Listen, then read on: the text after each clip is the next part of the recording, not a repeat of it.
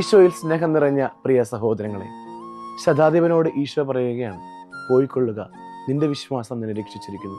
ആ സമയം തന്നെ ഭൃത്യൻ സുഖപ്പെടുകയാണ്. നമ്മൾ ഓരോരുത്തരുടെയും ഈശോ പറയുന്നുണ്ട്, യഥാർത്ഥമായ വിശ്വാസം നമുക്ക് ഓരോരുത്തർക്കും ഉണ്ടെങ്കിൽ നമ്മുടെ ജീവിതം അനുഗ്രഹപ്രദമാകുന്നു. പലപ്പോഴും നമ്മുടെയൊക്കെ ജീവിതം അനുഗ്രഹപ്രദമാകാത്തതിൻ്റെ കാരണം നമ്മുടെ വിശ്വാസം വാക്കുകൾ കൊണ്ട് മാത്രം പറഞ്ഞു വയ്ക്കുന്നത് കൊണ്ടാണ്. ഈ വാക്കുകൾ കൊണ്ടുള്ള വിശ്വാസം എന്ന് പറയുന്നത് അത് വാക്കിൽ മാത്രം നിൽക്കുന്നു, പ്രവൃത്തിയിലേക്ക് അത് കടന്നു വരുന്നില്ല. അതുകൊണ്ട് ആത്മാർത്ഥമായിട്ട് തമ്പുരാനിൽ വിശ്വസിക്കുന്നുണ്ടെങ്കിൽ ആ വിശ്വാസം ജീവിച്ചു കാണിച്ചു കൊടുക്കാനായിട്ട് എനിക്ക് നിങ്ങൾക്ക് സാധിക്കുമ്പോഴാണ് നല്ല തമ്പുരാൻ നമ്മുടെ ജീവിതത്തെ അനുഗ്രഹിക്കുക, അനുഗ്രഹപ്രദമായി മാറ്റുക.